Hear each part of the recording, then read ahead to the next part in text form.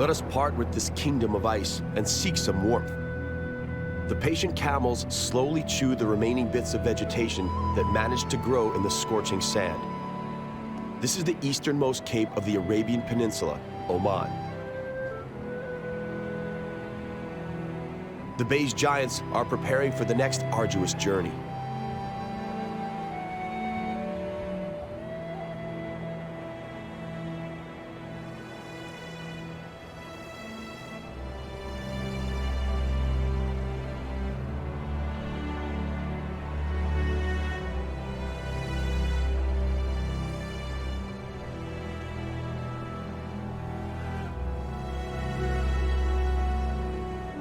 In the immense desert, the wind moves the grains of sand and constantly changes the shape of the yellow and orange dunes that stretch into the distance. It is easy to feel one's insignificance when faced with such stark beauty.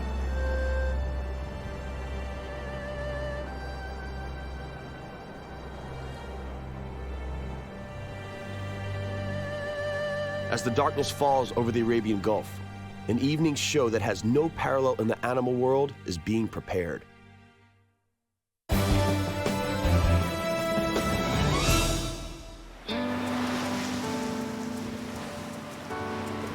Is that a turtle? The desert is adjacent to the sea, and this lovely beach is a place where once every year, turtles from all over the Indian Ocean come to lay eggs. No one really knows why it's here that they come, but when the time is right, adult turtles come to this exact beach and lay their eggs in the sand.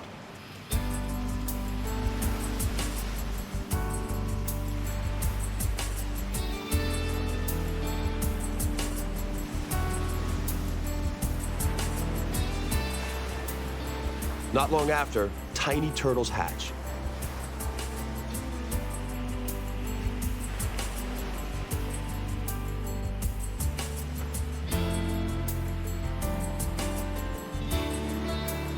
At first, they've got to make their way through the sand to the surface using their small fins, and then the race for the sea begins. Many die every year because they head off in the wrong direction.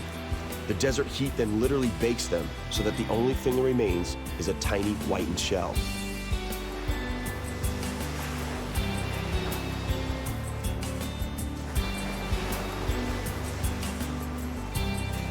The miracle of birth is complete. The brave little turtle has reached its destination. Let's hope she may one day return so that she too may give life.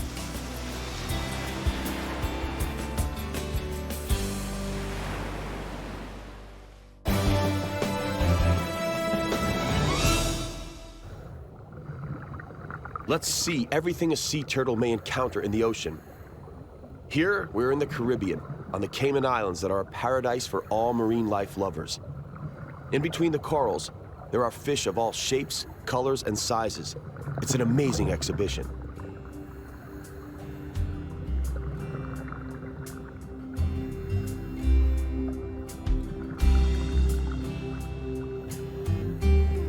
It's not certain just how long this marine paradise will last. These huge coral gardens are surprisingly fragile and sensitive. The gradual warming of the water and pollution brought over from North America by ocean currents are taking their toll. The southern rays are a curiosity. They look as though made of rubber as they slowly move just above the sea bottom. They are in no rush and constantly filter the seawater to take in the plankton. They move with such incredible grace that at times it seems as though they are dancing.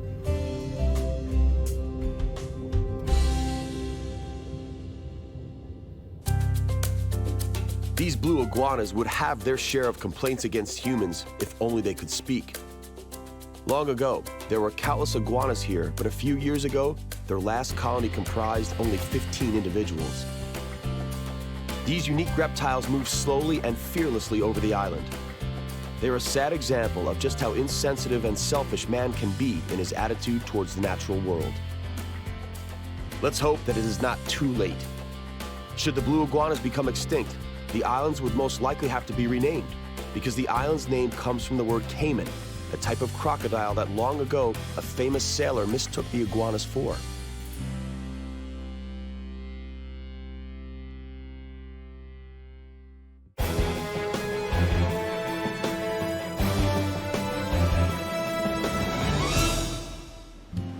In the blink of an eye, we are transported thousands of kilometers to the Moroccan seaside province of Guelmin.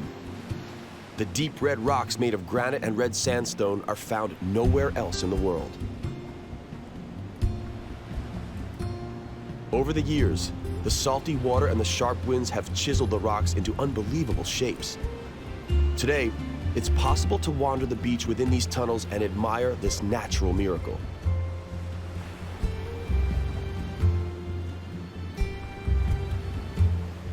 A place called Glacier is at its loveliest as the sun sets. The crimson rays reflect off the rock of the same color and are mirrored in the waves.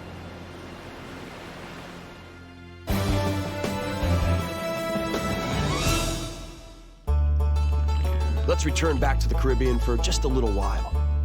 The largest colony of the magnificent frigate bird in the Caribbean is found on the island of Barbuda. These birds have a cruel destiny. They feed on flying fish but are unable to swim. They don't have oily feathers, and if they get wet, they would drown.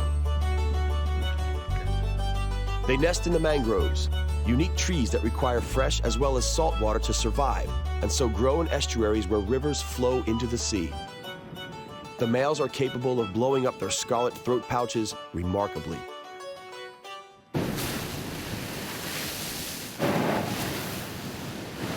The foamy waves of the Caribbean Sea break over magnificent cliffs on the neighboring island of Antigua. Here, faced with the mighty ocean, man once again realizes just how insignificant and powerless he is against the forces of nature. Nature rules the element of water, but also that of fire. This is a well-known fact on the island of Montserrat near Antigua.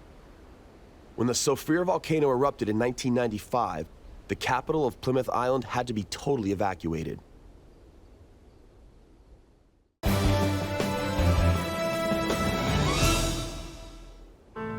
Active volcanoes can also be found in Europe. The 7 stunning islands of the Lipari archipelago lie near the northern coast of Sicily and are volcanic in origin. Hot vapor rises to the sky from crevices and cracks in this inhospitable land where vegetation is not welcome.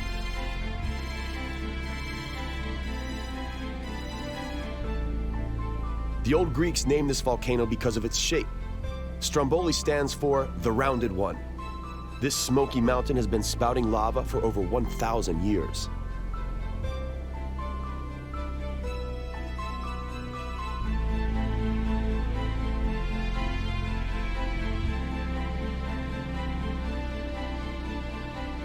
The view of the surrounding islands from the slopes of Stromboli is breathtaking. The light volcanic dust is ever present. Fire and molten lava splatter out of Stromboli almost continuously. It's rarely dangerous because most of the lava falls right back into the crater. Even so, the locals, just like their ancestors, revere the volcano with great respect.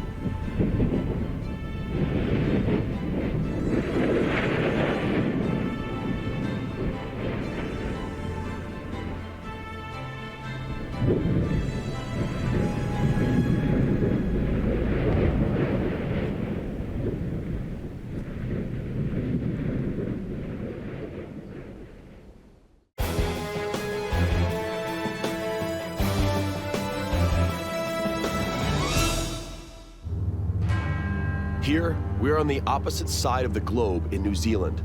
The scenario, however, remains the same. The Bay of Plenty in New Zealand is also the result of volcanic activity. The local volcano, Mount Tarawera, comes across as peaceful, but it last erupted not so very long ago in 1886. The burnt earth has had a chance to regrow, and the lush hillsides and deep forest are almost idyllic. The volcanic activity, however, is still apparent in some places. The White Island, named by Captain James Cook, got its name thanks to the white clouds that seem to emerge from it. Today, White Island is the most active volcano in New Zealand.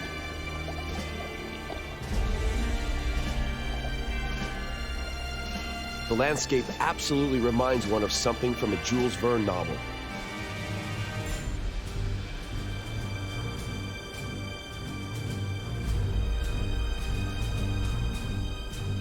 Dandelions are replaced by sulfate, and creeks bubble as a result of high temperatures.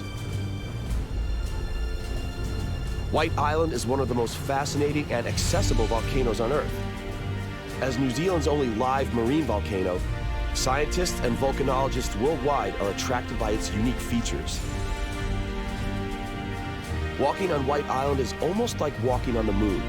Virtually no vegetation survives the harsh, acidic environment inside the crater walls.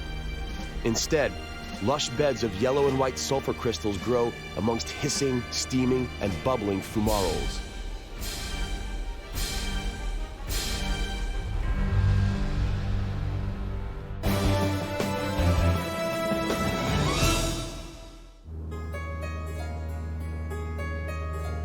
Let's go back to Europe now.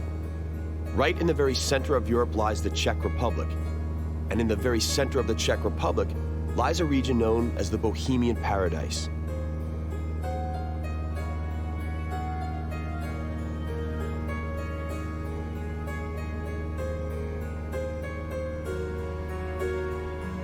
This landscape also is volcanic in origin, a fact that is apparent in this rock formation known as the Rock Organ. There's nothing to be feared here in the heart of Europe. All of the local volcanoes are long extinct. There is a beautiful view into the surrounding natural landscape from atop these picturesque mountains. But what lies ahead of us are the splendid Blue Mountains.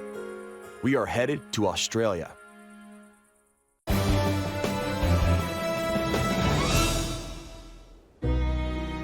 The Blue Mountains form a part of the Australian Great Dividing Range. The Blue Mountains gained this simple name from the blue haze that rises off millions of eucalyptus trees and gives the sky, as well as the mountain peaks, a bluish tone. It took the settlers of the youngest continent some time before they managed to conquer this inaccessible mountain range.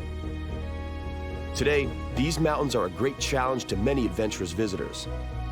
Man has always felt the need to prove to himself that it's he and not nature that is the ruler of all creation.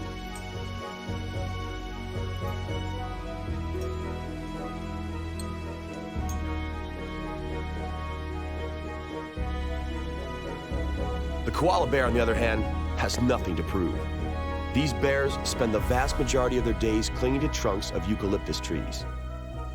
The most famous Australian animal must not be left out. The kangaroo, of course. They spend most of their time just standing around, but once they get hopping, they are capable of reaching incredible speed.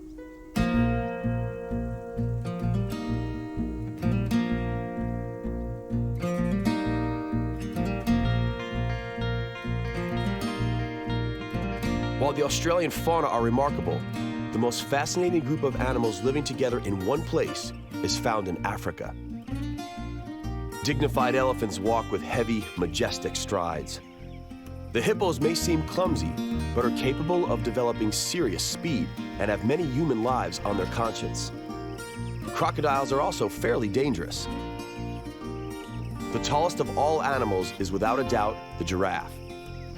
Antelopes appear to graze peacefully, but are forever on guard because they are the predator's often obvious choice. Because of humans, there continues to be less and less room for these beautiful animals.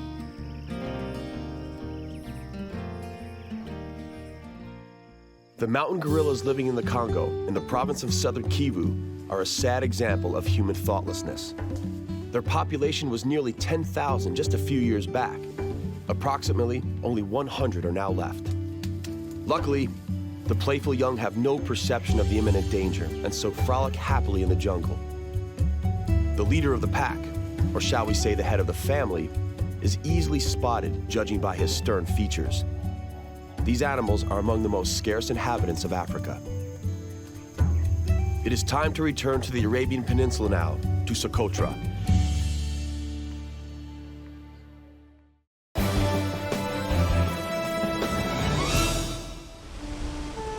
Socotra is an island full of surprises. The unique and fascinating characteristics of the local fauna and flora are closely linked to its geological history. Scientists consider Socotra to be the remotest piece of dry land in the history of planet Earth.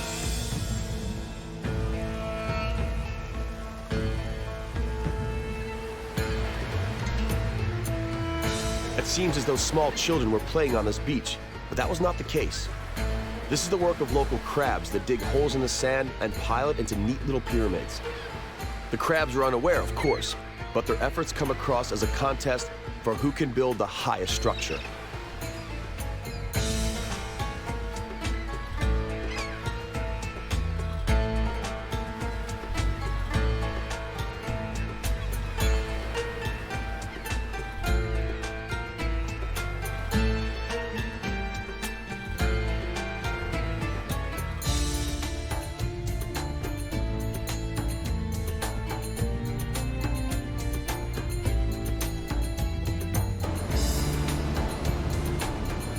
Everywhere you look, there is something utterly unique. The locals refer to these plants in a somewhat unflattering manner. They call them, let's say, the backside of an elderly fat lady with the head buried in the ground. Nevertheless, not even such a hideous name diminishes the awe with which scientists look upon the Socotra desert rose. Today, Socotra is classified as a treasure chest of the world's natural heritage, particularly due to its prehistoric fauna and flora. The vast majority of the island's fauna and flora is endemic, which means that it does not exist anywhere else in the world. Among the best known is the dragon blood tree, Dracana cinnabari, which resembles a giant mushroom. Its treetop is made of long, thick, green needles. The tree survives from dew that falls onto these needles at night. Each of the dragon blood trees is hundreds of years old, and they rarely reproduce.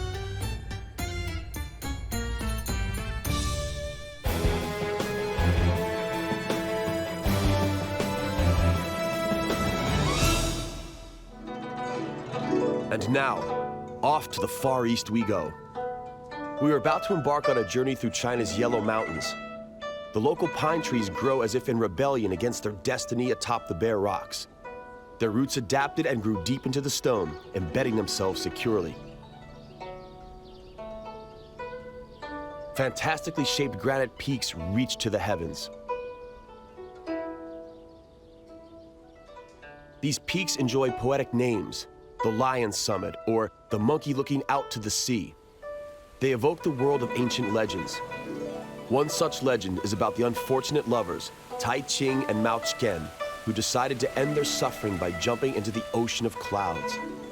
The old Zen masters perceive the age-long game of the clouds and the mountain peaks as a battle, and at the same time as the harmony of the opposites, the principles of yin and yang.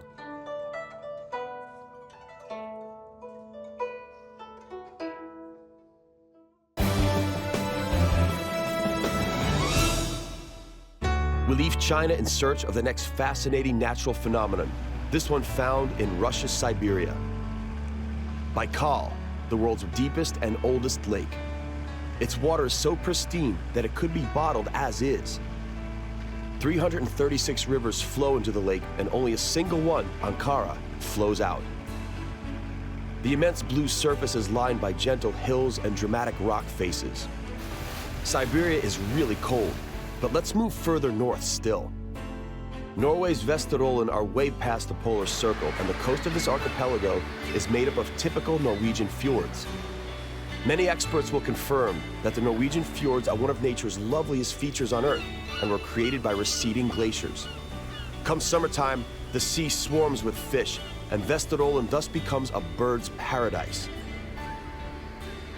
Tens of different kinds of birds nest on the low green hills rising from the shore. It's mesmerizing just how many birds manage to circle in one place in the air in such a well-coordinated fashion. There's no need for air traffic control in nature.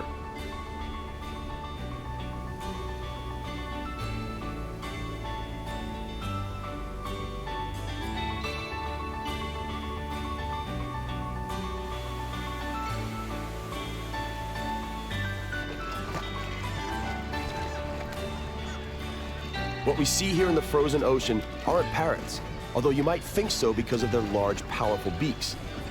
Puffins are among the most competent fishermen in the avian kingdom. They can dive to 70 meters.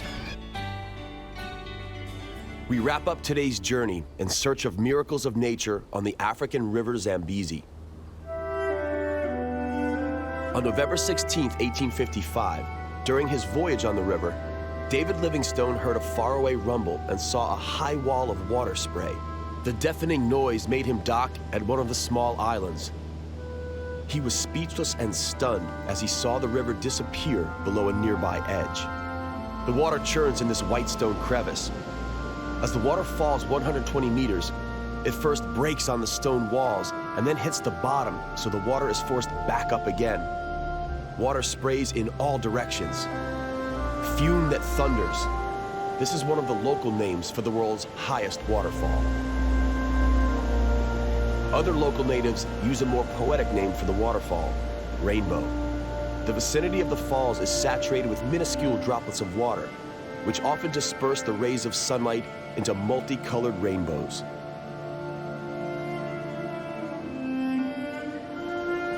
The breathtaking vista of this massive flow of water, sweeping everything in its way and free-falling into the abyss, could be perceived poetically as the relentless flow of time, mercilessly ticking off human life while nature remains eternal.